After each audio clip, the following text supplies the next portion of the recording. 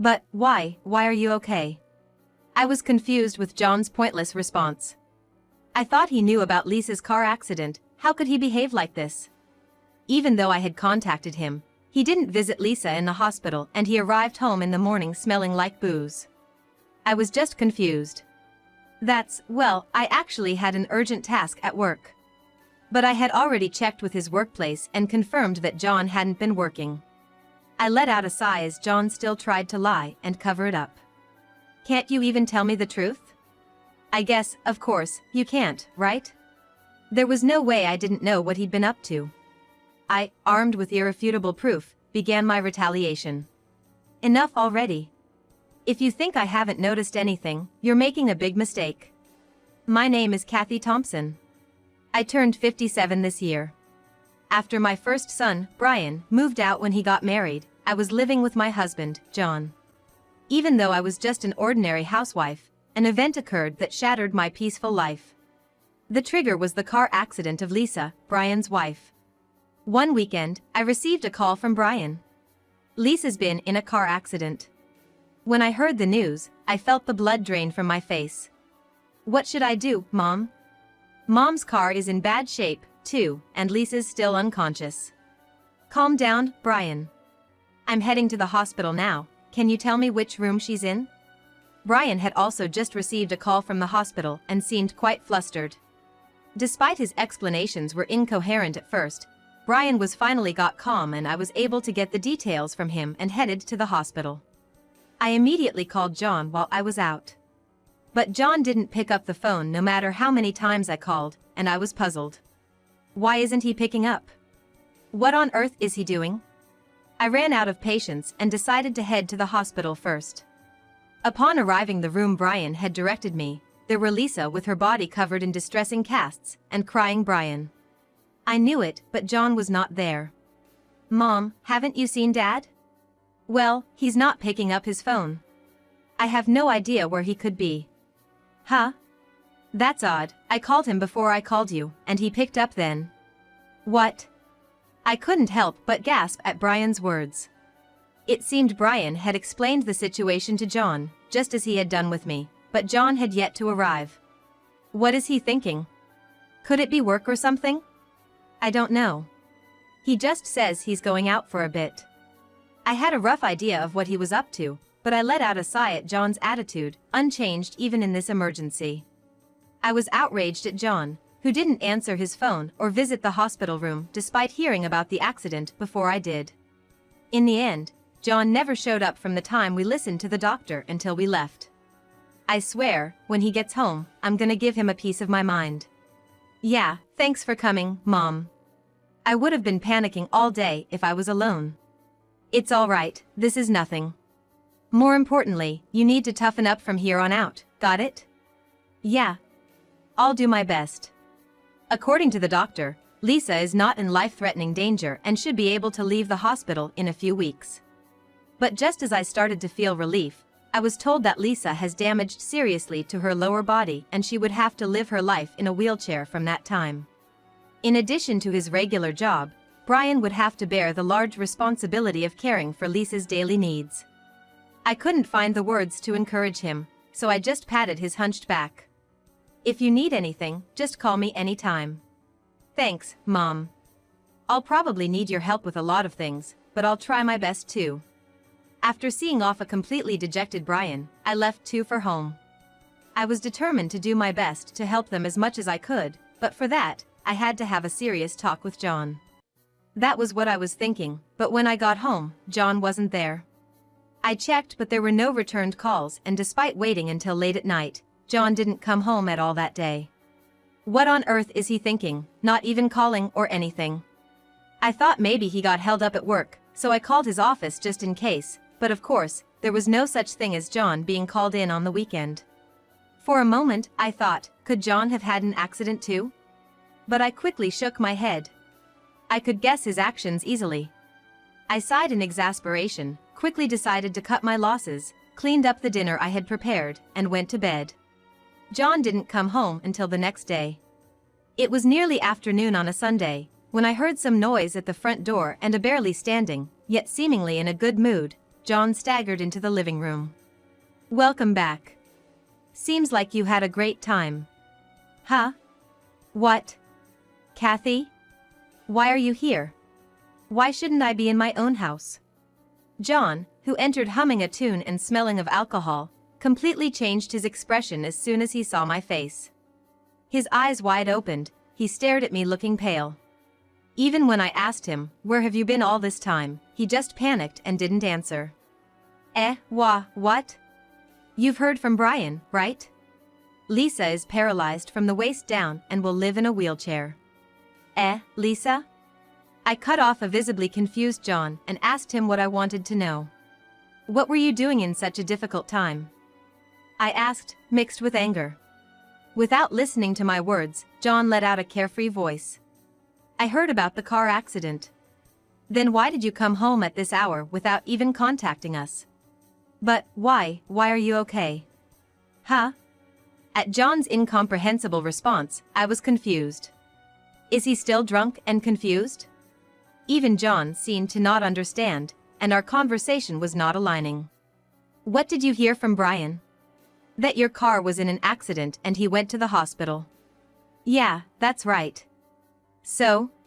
What's so strange about me being fine? Weren't you the one driving the car? Finally, in John's own words, I understood and said, "Oh, I see now." It seems that John misunderstood the news of my car accident, which he heard from a phone call with Brian, as an accident involving the car I was driving. Indeed, at that time, Lisa was the one driving my car. But I hadn't used the car yesterday as I was out for some business. I had promised to lend the car to Lisa because she wanted to borrow it. Brian was so panicked, I assumed you had a serious accident, John said. You've received calls from me, haven't you? What about that? Didn't you check? I thought Brian had used your cell phone to call me. He seemed very panicked, so I assumed he was calling multiple times because of that. The more I listened to John's explanations, the more it didn't add up, causing me to furrow my brow. It seemed odd that he would ignore a panicked Brian, knowing that there had been a serious accident, and not answer the phone. He also didn't come to the hospital, despite misunderstanding that I was the one involved in the accident. On top of that, he acted irresponsibly by going out to drink and only coming home the next afternoon. As I struggled to understand what John was thinking, he watched my face and remained silent. So, when you thought that it was not Lisa but me, your wife, who had the accident, what were you doing and where were you? Well, I actually had an urgent task at work. I called your office too. Because you wouldn't answer your phone. There was no work for you, was there? Seeing John mumble and fumble with his words trying to lie and cover up, I sighed. Can't you even tell the truth? But, I guess you can't, can you? What are you talking about? I can clearly tell where and what you were doing yesterday. What are you talking about? I was not at the office, but at a colleague's house. Enough. If you think I haven't noticed anything, that's a big mistake. I took my phone and showed John a picture attached in an email. It was a picture taken last night when he was out. The picture clearly showed where he was, what he was doing, and who he was with. Seeing it, John's face turned pale. Why do you have such a picture? It's a convenient world, isn't it? Even husbands' infidelity investigations are undertaken. That picture was part of the investigation report I received this morning from the detective I had hired. I couldn't thank the detective enough for getting in touch immediately, stating that they had finally caught John out. I've known for a long time that you've been unfaithful. No. I wasn't unfaithful. It's a misunderstanding. I knew you'd lie and claim your innocence. That's why I endured until I had clear evidence. For about half a year, I've been quietly preparing for a divorce without letting John find out. When I consulted a lawyer, they advised hiring a detective to gather solid evidence, which I did on the days I suspected John. I had wondered if it was worth it at this age, but this incident has shown me his true colors. It's said that a person's character is revealed in emergencies, and this must be it. I couldn't fathom spending even a single second more as a family with someone like him. Even though you've been very careful so far, you've made a big mistake this time. Why, after going to such lengths to cover your tracks? It just happened. I was drinking and got careless.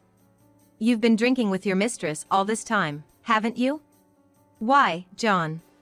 John, obviously uncomfortable, mumbled his words as if there was still something hard to express. I made it clear that if he continues to lie or try to deceive, it's him who'll be at a disadvantage. John then started to talk reluctantly. I thought, if you were in the hospital, I wouldn't need to sneak around anymore. And if it was an accident, there'd be insurance money and compensation from the other party. It felt like a sudden windfall, and I just ended up drinking too much. Windfall? I was rendered speechless by John's words. In other words, when he thought I had been in an accident, his first emotion was joy over the prospect of money coming in. It seems like he's been happily drinking with his mistress in anticipation of receiving insurance money and compensation. My mouth hung open in astonishment at John's utterly deplorable behavior, which far exceeded my imagination. This is what they mean by being too shocked for words. So, this was the first thing he thought of when he believed I'd been in a car accident. You're despicable, John. Listen, a man will always be a man. And yet you, older than me, you've given up on being a woman. So what? You think it's fine to have fun drinking with younger girls? You must be joking. I cannot continue to live with a man who thinks like this, let alone consider him family. He became defiant and started blaming me. Do whatever you want. But, I don't want to deal with such troubles, and I've been in touch with a lawyer about divorce. Serious? Did I do something to you? I would refuse to look after a man who, rather than coming to the hospital in an emergency, betrays his wife and indulges in fun and benefits. John kept making no sense, so I've given up persuading him. With no chance of taking back his words, John finally agreed to contact a lawyer. It may have been a heated argument, but finally, I felt freed from the hardship and patience I'd endured until now. Well, now that we're divorced, you need to leave this house. Fine, I'll do that. Keep in mind that I don't have any money to divide with you. What? I thought I was going to get some money thanks to you, so I spent a lot. How can I split what's not there? John said this, grinning unabashedly. I was amazed that he could be even more despicable when showing his true character. I've got clear evidence now, and above all, I've no more affection for John, who valued money over his spouse's safety. I wanted to hit him with the harsh reality. It's all your fault. You've made a mess of my life, John. What? You don't need to say that much. You've been unfaithful, and I totally waste my time because of you. I've confessed everything and apologized, so it should be okay.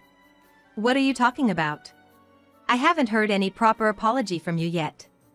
I was not sure if he's really believed that or is just confused, but either way, he should respect people more. As John looked at me with an annoyed face, I didn't feel like arguing with him. John tried to say something, but I cut off it saying, from now on, let's communicate through lawyers. Nevertheless, John started with some irritating excuses. I raised my voice. Enough. You can't just do as you please anymore. The conversation was going nowhere, so I decided to retreat to a hotel for the time being. While there, I took the opportunity to explain the situation to Brian over the phone, and told him about my plans for a divorce. Brian was left speechless by John's outrageous behavior. I was hesitant to involve Lisa, but Brian seemed to scorn his father even more than I did. Mom, come stay with us once things settle down. What? You're leaving the house, right? If you haven't decided where to go, you're more than welcome to stay with us. But what about Lisa? All the more reason. We'd feel stronger with you around. I'd have to discuss with Lisa as well, but I ended up deciding to impose upon Brian and his wife. Thinking about the future was rather depressing, but Brian's words gave me the courage to fight against John once again. Days later, when we involved a lawyer and got an explanation about the divorce process and the division of property, John couldn't say a word. His attitude was clearly different from when he was talking to me, but I wasn't surprised considering John's weakness for authority and titles. So, that concludes my explanation. Do you have anything else to discuss? No. Nothing. I sighed in relief, thinking I should have done this from the beginning, as everything finally came to an end. As John had said, our savings had been used up and there was hardly anything left to split.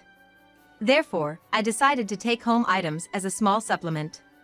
However, upon seeing the moving company enter the house, whom I had arranged to coincide with my lawyer's departure, John tried to hinder me until the very end. Hey, you're taking that much? What's gonna happen to my life? Hey, you can't complain. We've discussed through the lawyer. We used those things as a family, I have rights too. You're the one who betrayed this family, don't you get it yet? As our possessions, large and small, were carried out, the house began to feel more spacious. Seeing this, John seemed to panic, worried about his future livelihood, and started to complain. He was particularly noisy when they were about to take away expensive items, like the microwave and refrigerator, that had just been replaced. I paid for those. I have the right to use them. Don't just take them away. I paid for half of them. Besides, you can't even cook, they would be wasted on you. John, who could barely prepare frozen food to be heated in the microwave, wouldn't use these things even if we left them. I've taken these items to use with Brian and Lisa would be more meaningful, so I took all the kitchen items. John was a pain, clinging on to the end. I knew he wouldn't easily agree to a divorce, as he was inherently incompetent at life. It was only when the last piece of luggage was carried out and I was about to leave the house that I finally heard an apology from John. Kathy, I'm sorry. I see. I intended to separate my home life with you from my love life with my mistress. I see. I wanted to leave as quickly as possible, repeating my lackluster responses, but John started saying things like, I really don't want a divorce, I don't want to split up. You must be kidding. No matter what you say now, we can't go back to how things were. Then at least, could you come over to cook? Pardon? She can't cook, so there's no way we can live together. I was flabbergasted by John's words until the very end. Why did I ever live with such a man? Feeling that way, I sighed again. Of course, I couldn't entertain such nonsense, so I left the house without saying a word. About a month after the divorce was finalized. While supporting Lisa's life, I was living a challenging yet enjoyable cohabiting life. My ex-husband, John, came to our house. Brian, surprised at the sight of him through the window, said he was going to the door while trying to hide behind me. While Lisa and I were quietly listening from the living room, we heard the following conversation. Brian, how have you been? Getting along with Lisa? Thanks to you, life without you is very enjoyable. Don't say that, your dad's had a hard time, too. I couldn't help but frown and exchanged glances with Lisa at John's audacious remarks. It seemed that his mistress cheated on him and ran away because he couldn't take care of himself without me. John, having lost all his reliable contacts, appeared to have visited us out of desperation. Friends and relatives who knew the reason for our divorce would naturally not assist him. He seemed to be struggling a lot, unable to survive by himself. But of course, Brian, who knew the situation well, wouldn't accept John. Relentless, John kept saying absurd things like, I now understand the feelings of those who have been cheated on. And I apologize, I want us to get back together. You have Lisa and Kathy, don't you? I'm all alone. I want to live together as a family again. Stop joking around. It's your own fault for betraying the family and losing trust. Excuse me, can I say something? It seemed that Lisa, who had been listening with me, couldn't stand it anymore and went to the entrance in her wheelchair. John, looking somehow pleased, was abruptly told by Lisa. I understand your situation. Actually, my mom also got into a traffic accident and she needs care. What? My legs are like this and it's too much for Brian to support two people. So, we don't have the capacity to take care of you. Is that so? Lisa seemed to have deliberately lied to drive John away. Assuming John, who disliked dealing with trouble, it should work effectively, and I couldn't help but grin at her quick thinking. However, John responded in a way that was beyond our imagination. While barely managing his own life, John's eyes lit up. Really, he said, grinning slyly and letting these words slip out of his mouth. Well, anyway, let's put Kathy in a nursing home with insurance money or something. Then we could live together. He raised his voice as if to say it was a really good idea. Brian and the others froze, unable to say anything.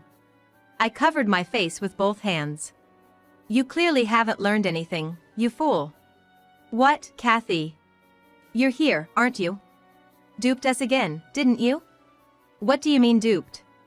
Shut up and listen, all you do is make shameless remarks. Stay out of our lives from now on. I yelled at him with a red face and drove John away. Whether he was surprised by my fierce look, even John quickly withdrew with a grimace on his face. I looked back at Brian and the others, gasping for breath. We forced a bitter smile at each other, as if after a storm had passed. I hope he won't come again. Was he always like that? I feel like we suddenly can't communicate anymore. I don't want to deal with him ever again. Some time passed again. Without any more onslaughts from John, we heard rumors that he had to go and live quite far for work. Having regained a peaceful life, I've continued to live modestly and joyfully with Brian and his wife. We've renovated the house to be more wheelchair-friendly. Lisa's rehab went well, and although it was slow, she recovered enough to walk without a wheelchair. It was a recovery so miraculous, even the doctors were surprised. Once I can walk more, I'll take care of you, Kathy. Thanks, but you're getting ahead of yourself. I'm still going strong. Lisa's scars, which were said to possibly remain after the accident, are now completely healed. Once she's recovered more, we've set a goal of going on a trip as a group of 3. We plan to go to a famous national park that Lisa has been wanting to visit, probably something like Yellowstone. With a goal in mind, Lisa's motivation has skyrocketed. While supporting her dedicatedly with Brian, we are leading a lively life. This is a very ordinary and healthy family, and it is also my happiness.